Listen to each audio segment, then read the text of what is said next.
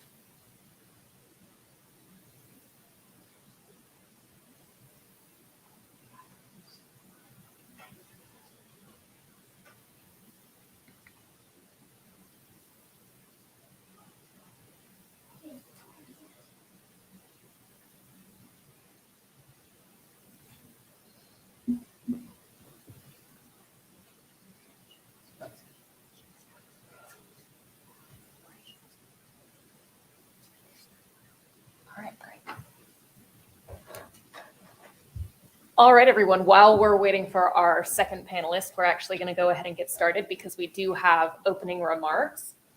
So I'll welcome everyone to today's event. What will it take for Congress to pass bipartisan privacy legislation? The U.S. is falling behind on data privacy at the federal level. This summer, it will be 5 years since California passed its data privacy law, the California Consumer Privacy Act, becoming the first of now 5 states to pass comprehensive privacy laws. It's been nearly 7 years since the EU passed its general data protection regulation, leading many non-European countries to follow by passing their own comprehensive privacy laws. Fortunately, in the US, there have been signs of progress where comprehensive federal data privacy legislation once seemed out of reach. We're now starting to see lawmakers reach compromises on key privacy issues. This has resulted in bills like the American Data Protection Privacy Act, or the ADPPA, and there are still some points of contention left for lawmakers to reach areas of agreement on, and it will take some time and consistent effort to bring a bill from the committee floor to the president's desk. But that's exactly why we're here today. So we are going to start off by hearing opening remarks from the Chief of Staff from Representative Jan Schakowsky's office, Sid Terry. Obviously, it's a busy day for everyone here on Capitol Hill, and we're very grateful for Representative Schakowsky's office for working with us here and for weighing in on this important issue. So I'll turn the time over to you, Sid. Ready, Sid? Yes, go ahead. All right. First of all, let me apologize for being a very poor substitute for my boss. Now that we don't control the schedule anymore, and we've been trying to have this event, I think, since the fall. Mm-hmm. We are about quadruple booked at the exact moment. She's going to be here, but want to make sure that I was able to definitely deliver remarks in case she gets here at 2 till 3 or something like that. So one quick thing before I really dive into this. A long time ago, a fellow staffer once described to me several ways in which members of Congress deliver remarks. One is, of course, reading. Another is reading and then commenting. And a third is reading and riffing. I'm going to try to do 2 and 3, but we'll see. And, again, I wasn't planning to be doing this until very recently, so please bear with me. As we all know here, that there's survey after survey that talks about the way that American consumers often feel helpless online. They feel helpless with respect to where their data is, who has it, and what it means for them. They feel helpless about what they're hearing, whether it's true or not.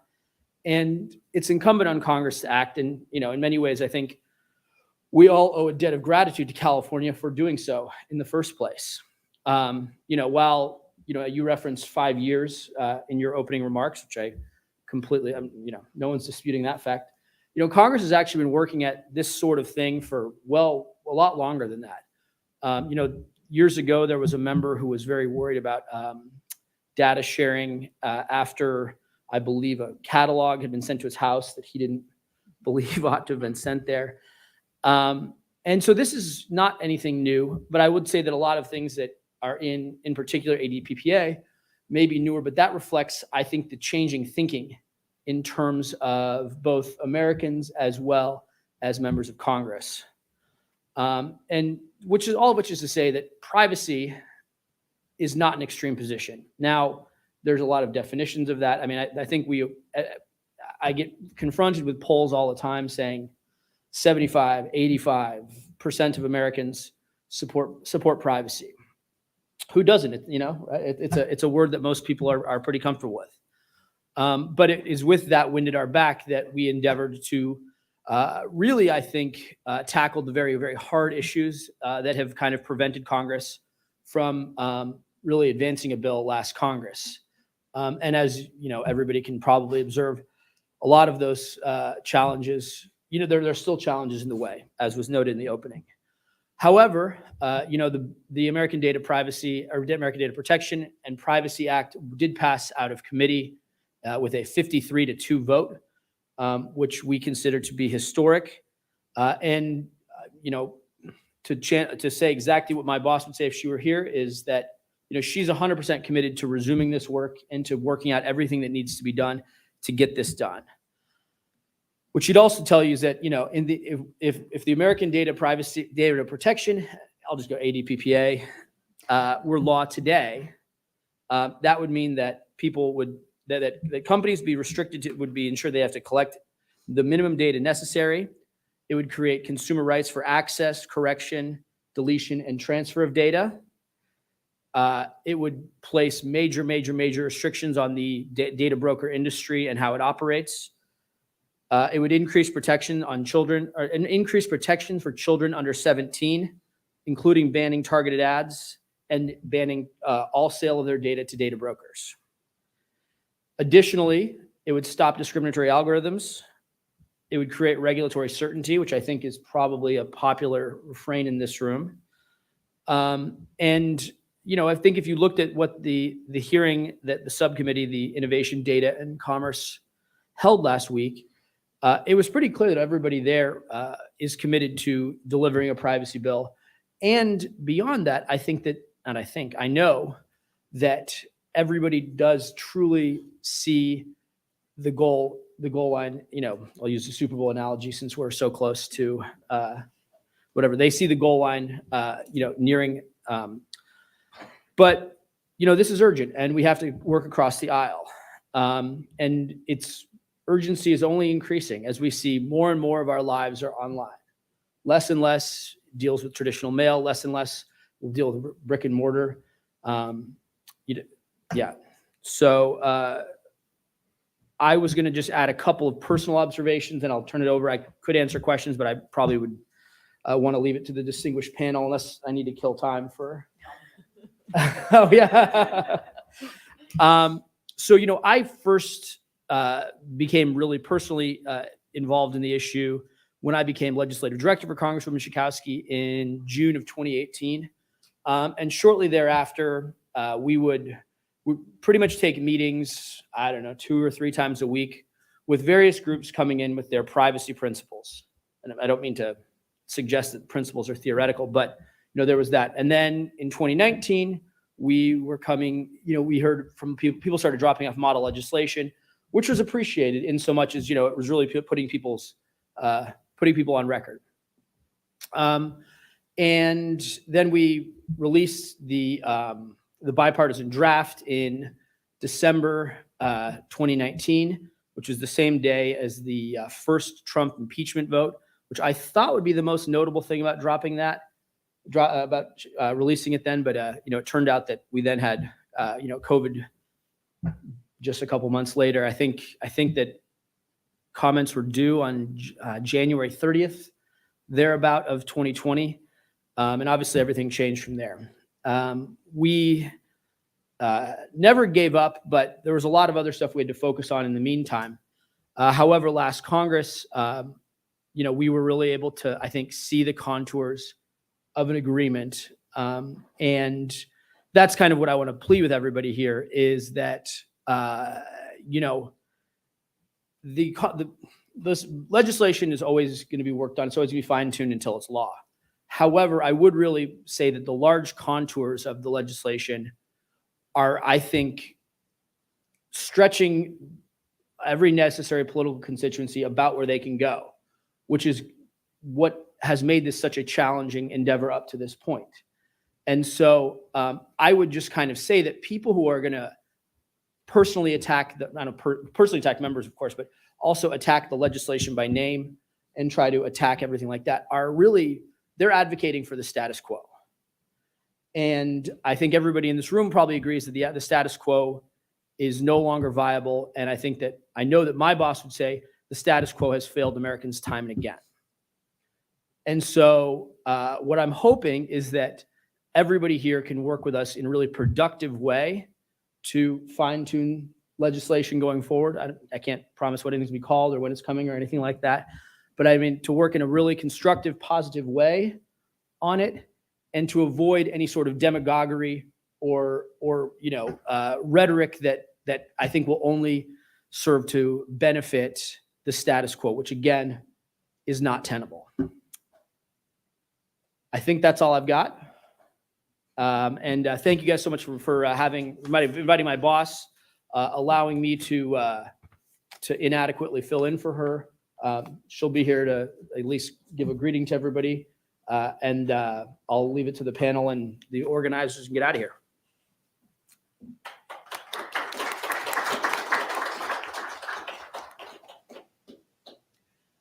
Thank you so much for those remarks. And I think that really sets the tone for where I hope this conversation and future conversations on privacy will go.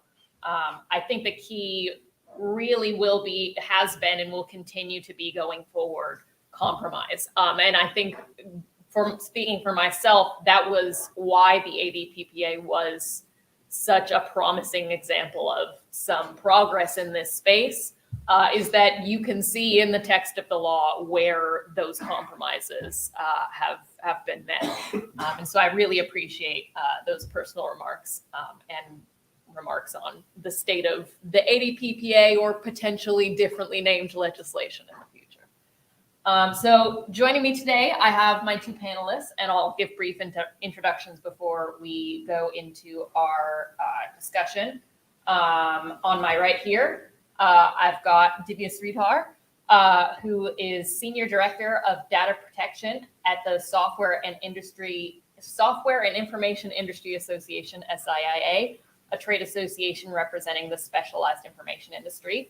And then on my left, I have Samir Jain, Vice President of Policy at the Center for Democracy and Technology, a nonprofit that works to promote democratic values by shaping technology policy. And CDT and SIIA have both been leaders in the privacy discussion for many years and will continue to be in the future. So I'm very grateful to have both of you here today.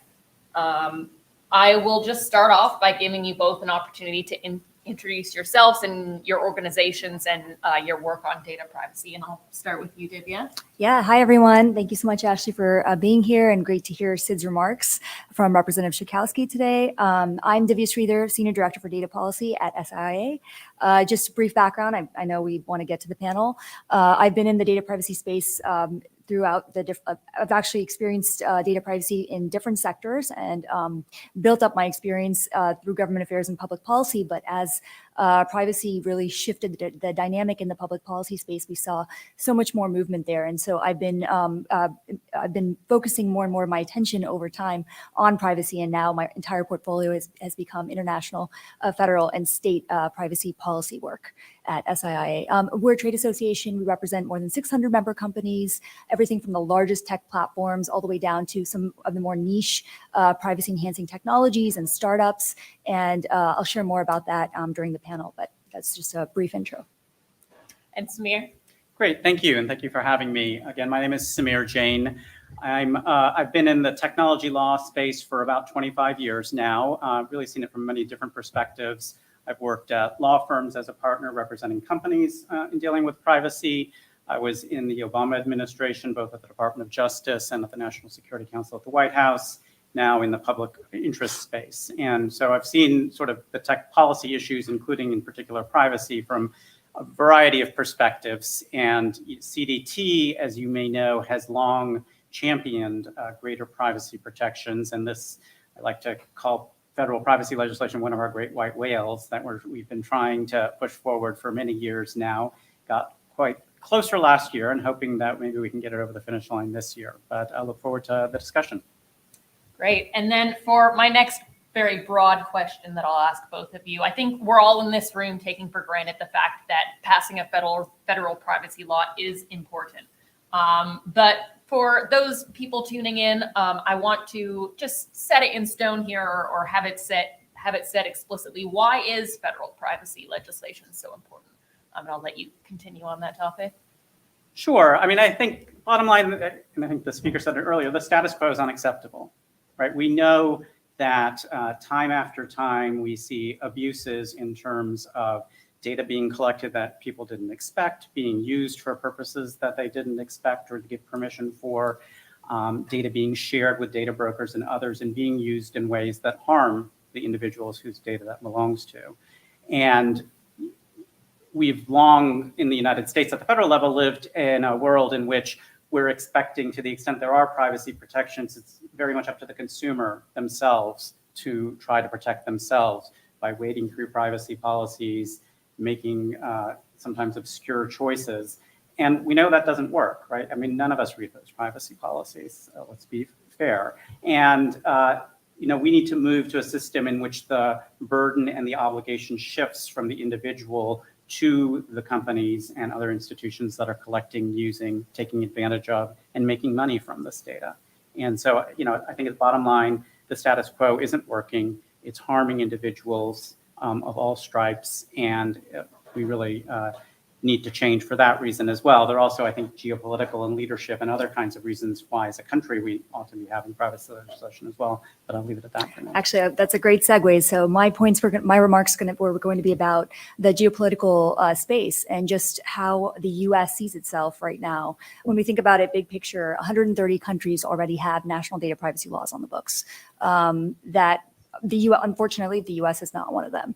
What this means from a broader context, right, is that cross-border data flows. So let's look at that in a nutshell version of that.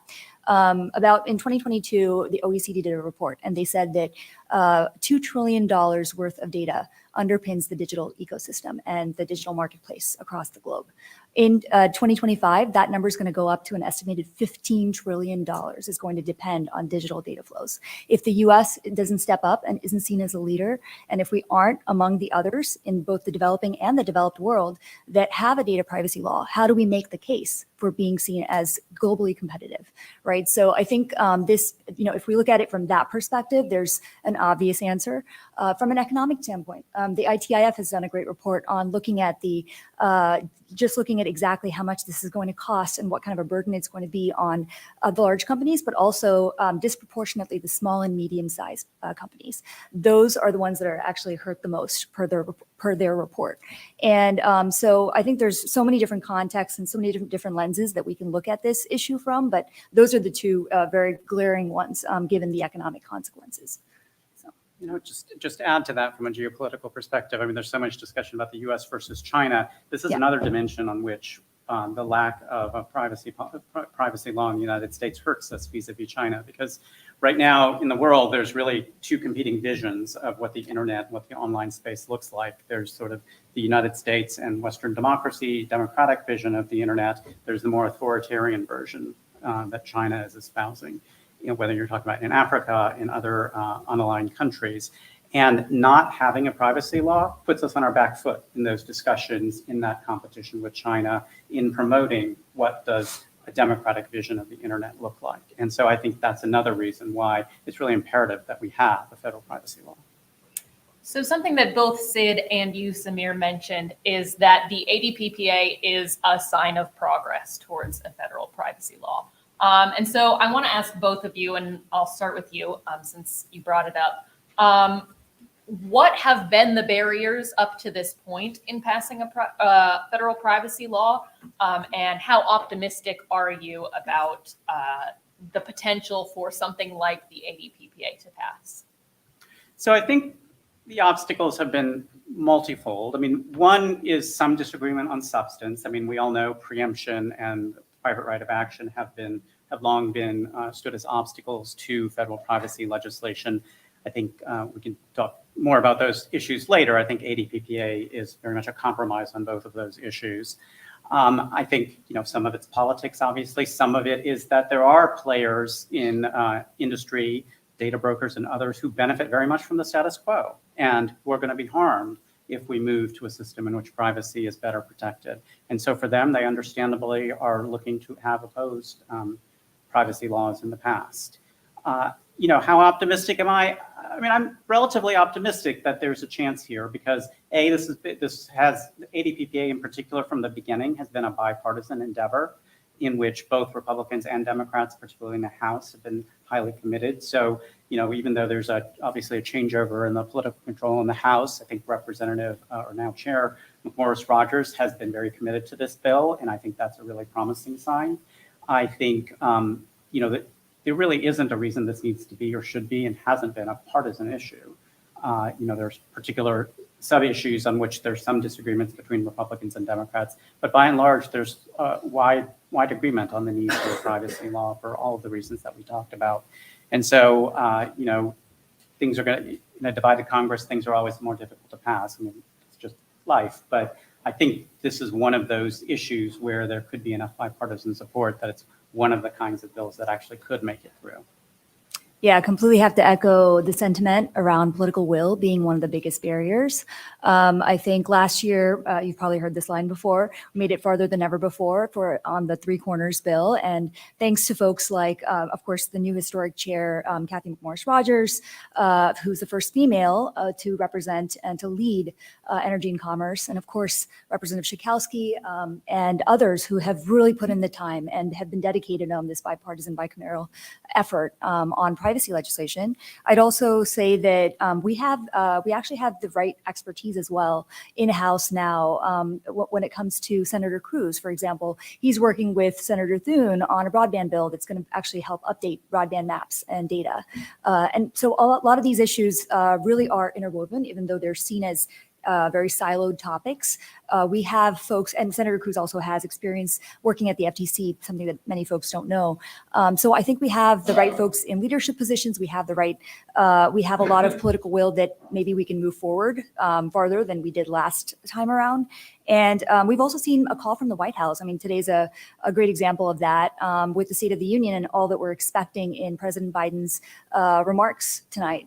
Last year, he did call for something to be done on privacy. And I think this time around, we're going to have a more vocal call given his President Biden's op-ed that came out in January. So 2023 has been a really exciting time. I think it started off, and actually on the note about China, last week, really encourage folks to watch this if you haven't. Energy and Commerce held their first subcommittee hearing on American competitiveness in relation to China. And what was the one unifying theme? It was federal privacy legislation. This is what we need from a geopolitical perspective, a global perspective, from a national security perspective. This is an issue that matters on a much larger scale than we've ever thought about it before. So I see but I'm also a glass half full kind of optimist. So I see the signs, and I think we're there. So let's make it happen this year. Absolutely. I like to be a tech optimist myself. I am sometimes proven wrong, but I always try to stay optimistic. So what are the types of things, specific provisions or general principles, however you want to take this question, that you personally would like to see or that you are encouraged to see or you are encouraged to have seen in privacy legislation? And I'll let you continue. Oh, sure. Yeah, absolutely. So SIIA, we represent the information economy, and I know that's really broad, but I think where we have set ourselves apart is advocating on the importance of First Amendment protections for publicly available information and how that information is used. Now, let me get into a very specific example. So for all of our publishers, our journalists, those who really are in need of these those that should have free speech protections, we need to get, with regard to a federal bill, we have to not only ensure that publicly available information is appropriately defined, and so that our companies have the right access to information, and that they can derive the data in the most useful manner, but that they can also make an impact and use the data for socially beneficial purposes. And so when we think about the context of anti-money laundering, right, we have to ensure that not only government officials and agency level folks have access to that data, but also third parties and others in the data value ecosystem should be able to ensure the appropriate exceptions are in place if we don't want bad actors using that data inappropriately. So when you think about, federal privacy legislation, not only are we trying to ensure that consumers have the individual rights they need to be able to access their data, but also that bad actors, there's enough checks and balances. That's the point I'm trying to get at. We need to have the checks and balances so that not only are consumers having access to their data, but also that that bad actors are prevented from using the data in inappropriate ways. So in order to do that, I think we have to really get we have to get down into the weeds about not only defining publicly available information in a more specific manner, but ensuring that there are not too many exceptions to that definition, and also ensuring that entities that support law enforcement, entities that support these officials and these important socially beneficial purposes, that they also have the same exceptions. So that's a lot there, but I know we've done a ton of work and we've been successful even in California in ensuring that PAI is, and that our First Amendment protections are continue to be protected in the larger space. So that's a big area for us. I'll also mention two other things, and then I'll let Samir speak as well. Kids' privacy has been a major issue, and I know that President Biden will likely, discuss it today as well. In federal privacy legislation, we have, many folks don't know this, there is, in the US, we have a sector-specific approach at the moment. And what that means is we already have COPPA and FERPA and other kids' privacy laws in place that protect our most vulnerable communities. What we don't want to do is change that framework too much and create untested obligations. What we want is uniformity and to standardize the process, streamline what's already in place. So we definitely suggest or highly recommend an actual knowledge standard, which is actually already in COPPA, and we want to ensure that that standard continues in a federal privacy law, so that there's there's no confusion as to what this would look like, and we kind of streamline the process further. Last thing I'll mention is with regard to data minimization. I think this has been a big topic. I'll just turn folks to great research that's been done by the academic community, especially Professor Solov, his recent article on we really shouldn't be regulating data, but we should regulate risk. And I think that's a really key part of the discussion, is understanding that the whole point of data minimization is to ensure adequate and proportional use of the data, and not necessarily restricting the use of data altogether. It's understanding how that data, the outcomes from that data, impact the consumer. So I'll leave it at that, but I do think that we should revisit the data minimization section and language to make sure that it's something that businesses can comply with, and we're not restricting the entire ecosystem for future uses of the data.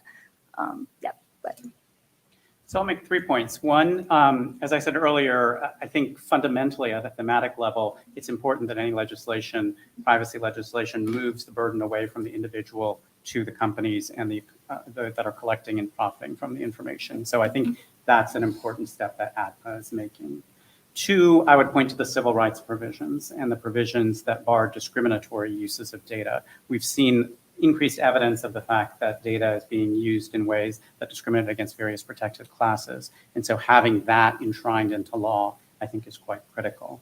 I'll pick up on Divya's point about risk-based and say that one of the ways I think in which ADPPA recognizes the need for a risk-based approach is in its treatment of sensitive data, recognizing that there are certain categories of data that are particularly sensitive, like health data and financial data, and imposing greater obligations with respect to those kinds of sensitive data because the risks associated with that data are particularly high. Absolutely. I completely agree with a lot of what both of you said, and especially the point about sensitive data. That was something that I was very happy to see in the language of the ADPPA. So moving on from that, going into the ADPPA language specifically, and this is something that you have already touched on But are there any other rooms? Is there any other room that you see in the ADPPA for continued improvement? Possibly areas that it doesn't touch on that you think it should touch on? Anything else to add there? Yeah, I think we haven't talked about the thorniest issues, private right of action and preemption. So let's open up that can of worms. When it comes to the private right of action, I'll say that we, like as an industry, we've been struggling with this particular concept because it's probably maybe the number one barrier to getting this deal done.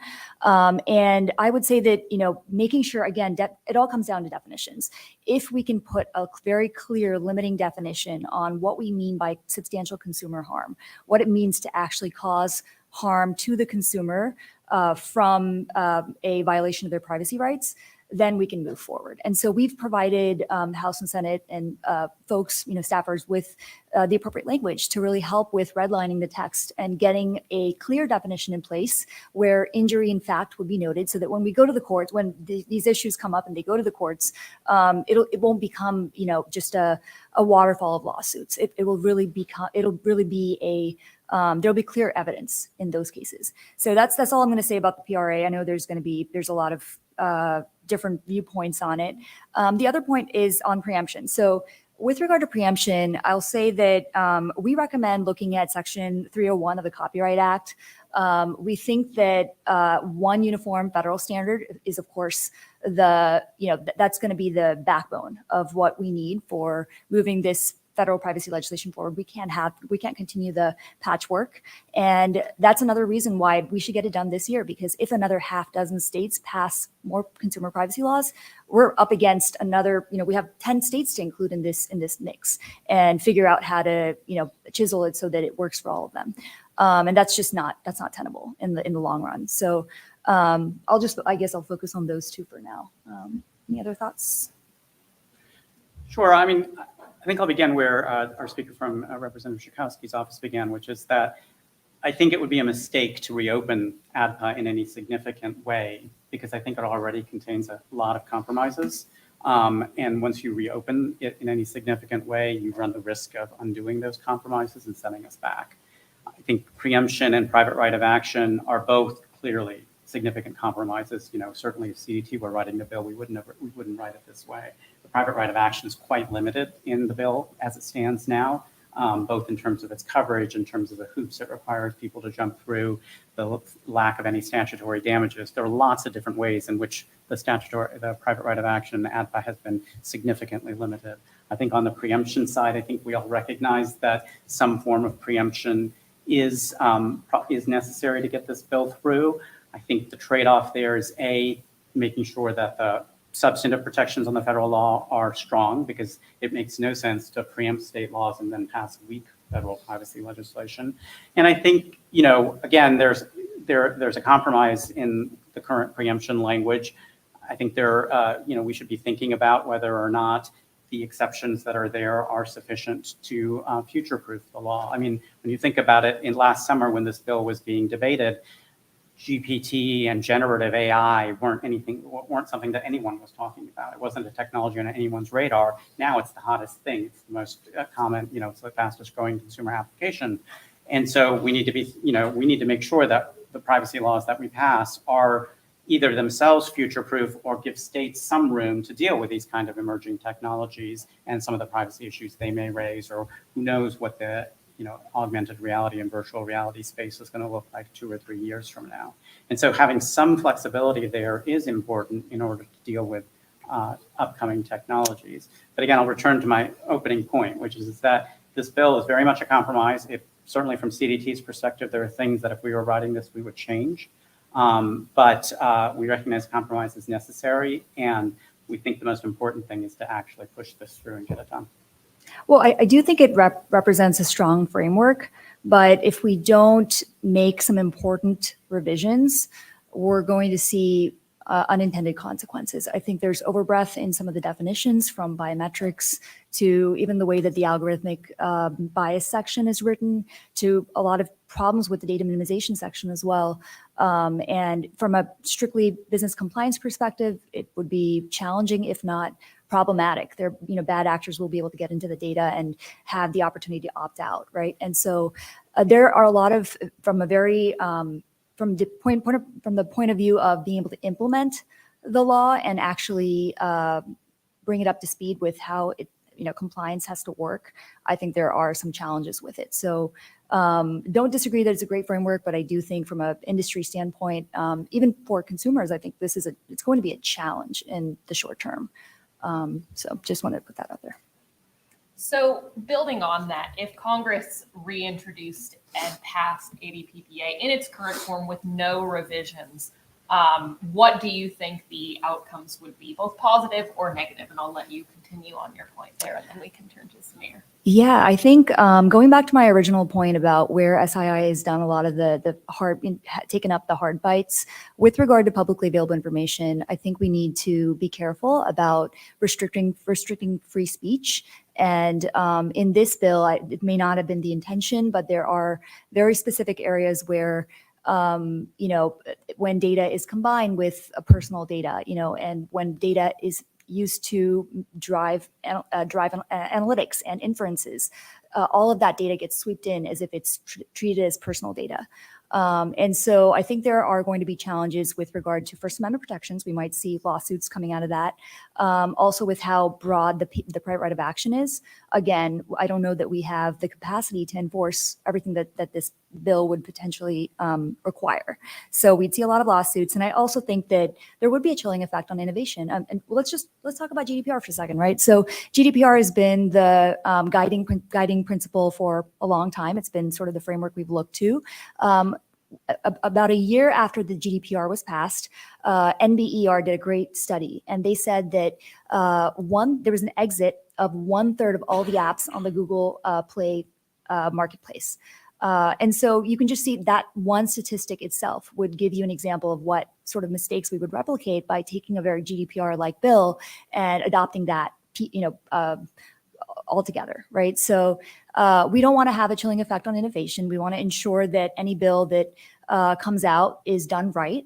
And so I don't agree with rushing the process and potentially just picking back up where we left off and just getting it done. I think there are important revisions and important things that we need to consider to get this done right and make sure that we continue to be a leader in the space, especially for the long run when it comes to technology.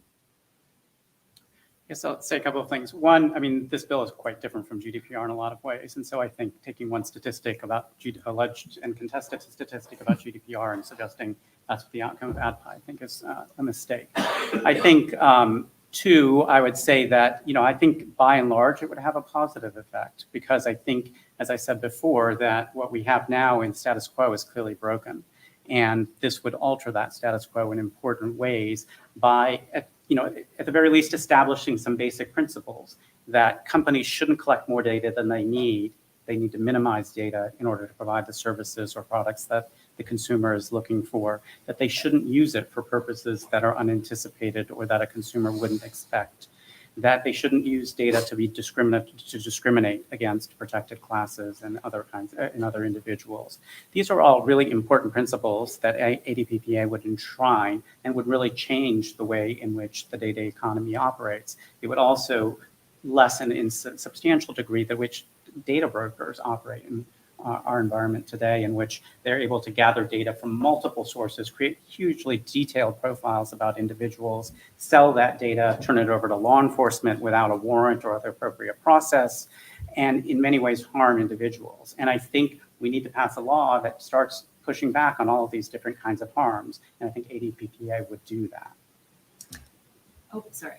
I had one more point. Also, just as a correction, I wasn't insinuating that that ADPPA is exactly GDPR. I think there's some very clear, there are clear aspects that we've taken from the GDPR that are part of this bill. And I do think that we need to adopt a very unique approach to a data privacy bill that would ensured that, as I've mentioned, First Amendment rights, our unique civil rights history, we have to incorporate all of that into whatever approach we take. In addition, I have to mention targeted advertising. That's sort of the elephant in the room. The approach that this bill takes would potentially put an end to our free and open internet. And so this impacts our small and medium-sized businesses. It impacts consumers. So we need to be thinking, to be more thoughtful about the ads ecosystem and what we really want to be in the long run. Because GDPR has had a chilling effect on advertising. So these are all just considerations. Anything else to add?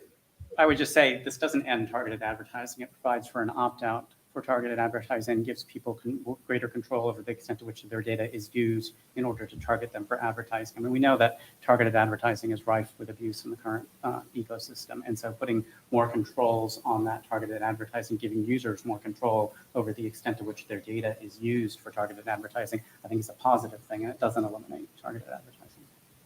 There's conflicting text, if you look carefully within the ADPPA and in the definition sections of what sensitive data is considered.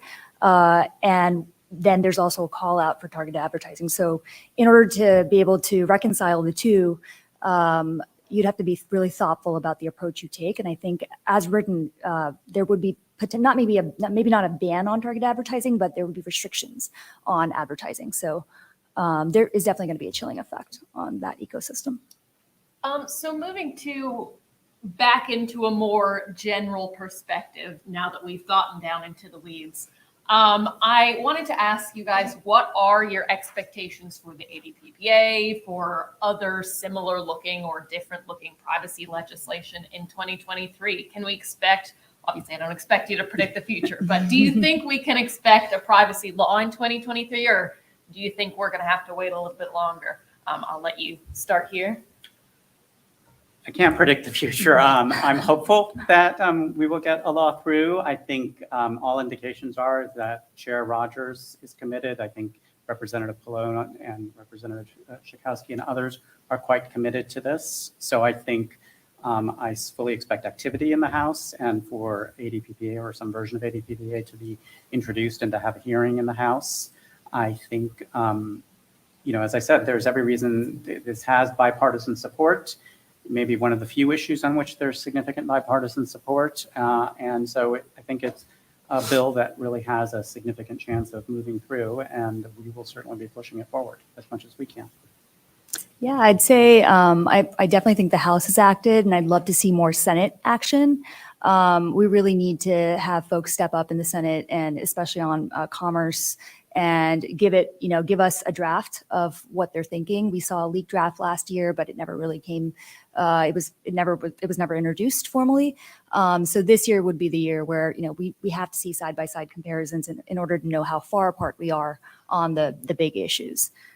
So once we see Senate action, I think we could definitely see it move forward. One other thing about the House, I think we saw a number of obstacles last year with trying to get the bill to move forward to the full floor. And now that we have a new speaker, it's a possibility that maybe we can get pushed past what was lingering with regard to the California delegates and the preemption issue and a lot of the thornier issues that may have been in the past. So I'm hopeful that we'll see something. I'm glad we've got three optimists here. It's very rare. Since we've got a little bit less than 15 minutes left, I'm going to turn to audience questions. For our online audience, you can submit questions via Slido. There should be a link at the bottom of the page, whether you're watching on ITIF's website, on our YouTube channel, or on our LinkedIn page. So that'll just be the Slido link at the bottom of the page. And then, of course, obviously, we've got an in-person audience here who are free to ask questions as well. You can just raise your hand and we'll bring a microphone to you so that our virtual audience can hear your question. So I'll turn it to our in-person audience first if we've got any questions for our panelists.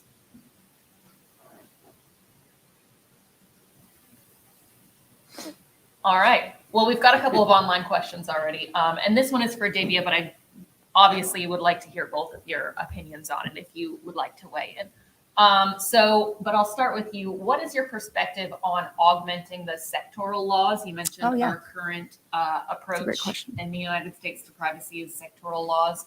versus the comprehensive privacy legislation that we've been discussing today? Yeah, that's a great question. Just for those who aren't fully aware, so we currently have a sectoral approach. So that means that within the financial services space, there's GLBA, there's FCRA that govern that particular consumer data. Within education policy, there is an education technology policy, there is FERPA and COPPA. And then within healthcare, there's HIPAA and the High Tech Act as well. So there's different, sectors are regulated differently based on the data and that they use. And I think that 100%, we need to have one comprehensive approach to the way that we treat consumer data, because so much is left out of the sectoral approach, and so a lot of that gets through the cracks. A lot of our companies are across the different sectors, and for them, this would make it so much easier to be able to have this one standard to turn to, and not to have to. And of course, the sectoral law should remain in place. I should say that, but ensuring that there is this one unifying text that really is all-encompassing would streamline the process so much, and reduce the multiplier effect as well. Anything to add? I generally agree that we want a comprehensive privacy law, and I think health data is probably the best example of this. I mean, we have HIPAA, which which people assume covers health data, but in fact, it covers a very limited subset of health data by particular providers and particular entities, leaves out entirely all the health data that now traverses apps and the app ecosystem that is collected by wearables and the like. And it makes no sense to treat that same health data differently and to provide it different protection depending on whether it's going to the app ecosystem or whether it's being collected by another entity. So I think that's a good example of where we do need a comprehensive approach to privacy. Another question from our online audience touches on one of the thorny issues that we've discussed today, which is the private right of action. So I would like to hear both of your perspectives on this. It says part of the status quo of the American legal landscape in general is a lot of class action lawsuits. Do the panelists agree that this needs to change, or that the federal privacy law needs to take this into account? What are the potential upsides or downsides of class action privacy lawsuits in the event of a private right of action like the ADPPA currently has? Oh, sure. I mean, I guess my perspective has already been stated. I think we want to avoid a waterfall effect on litigation and put that kind of a responsibility on our legal system. We don't have the capacity to have to deal with that. And I think a responsible approach is to have a very defined approach toward how consumer harm is treated, and what we mean by consumer harm with regard to consumer privacy law. And so we've shared, our thoughts and our potential definition. And taking that approach, I think, will reduce the expectation of this, class action lawsuit trail that we've seen. And I'll just give you an example of, the Biometric Information Privacy Act, right? So BIPA, that is a good example of where we've seen this class action waterfall, and we don't want to continue that or emphasize that further. I think we need to put guardrails around what we mean and stick to that. And Samir, you've already touched on the private right of action a couple times as well, especially from the consumer standpoint. So if you've got anything to add there. Sure. I would say, look, we're not looking, it doesn't do anyone any good to have abusive class action lawsuits. I agree with that.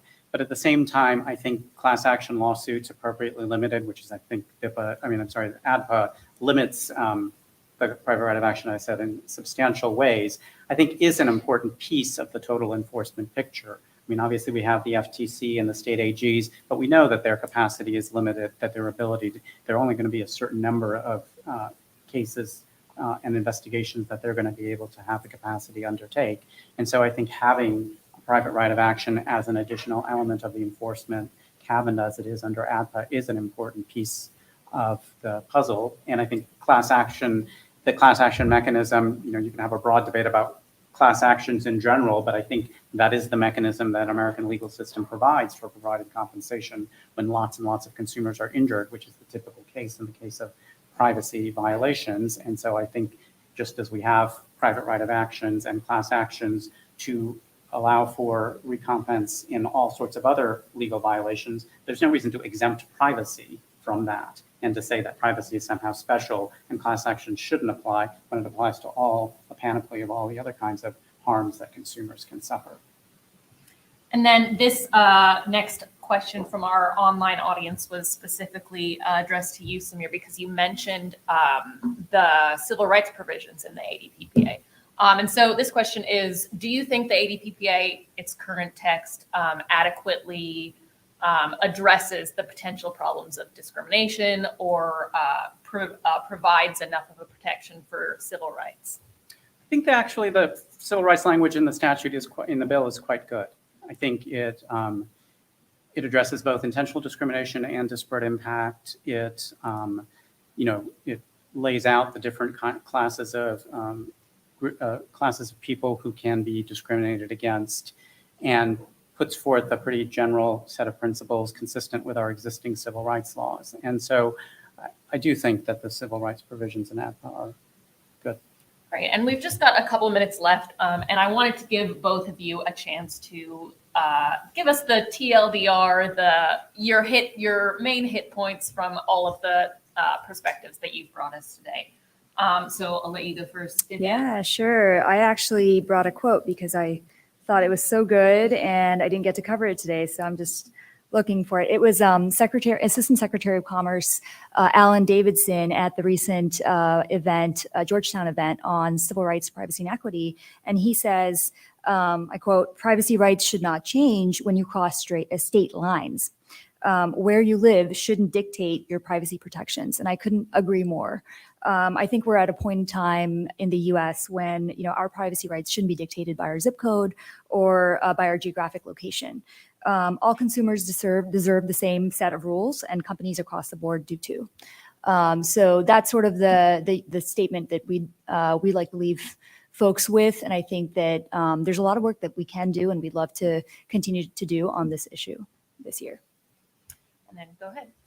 I mean, I agree that everyone in the United States deserves strong privacy protection, and that the status quo really isn't working for individuals, and that's why we need comprehensive federal privacy protection that provides strong standards, that prevents discrimination, that provides for data minimization, and again shifts the obligations and the burdens away from individual consumers to the companies who are benefiting from the use and collection of the data. It's been a long battle to try to get this through. I think last year, as we've heard, we went further than we have anytime recently. And I think there's an opening for doing that this year. We've got administration support, as Divya noted earlier. We've got bipartisan support in Congress. There really isn't an excuse to not get this done. And so we really should. And we're certainly committed to trying to do as much as we can to help move the process along. All right, great. Thank you both so much for joining me today. I'd like to thank our audience in person. I'd like to thank our virtual audience. I'd especially like to thank everyone who showed up in person despite the difficulties getting here because of the State of the Union address later. And of course, I would like to thank Representative Schakowsky and her office for working with us to put this event on and helping us host this great discussion. So thank you all for joining. Thank you.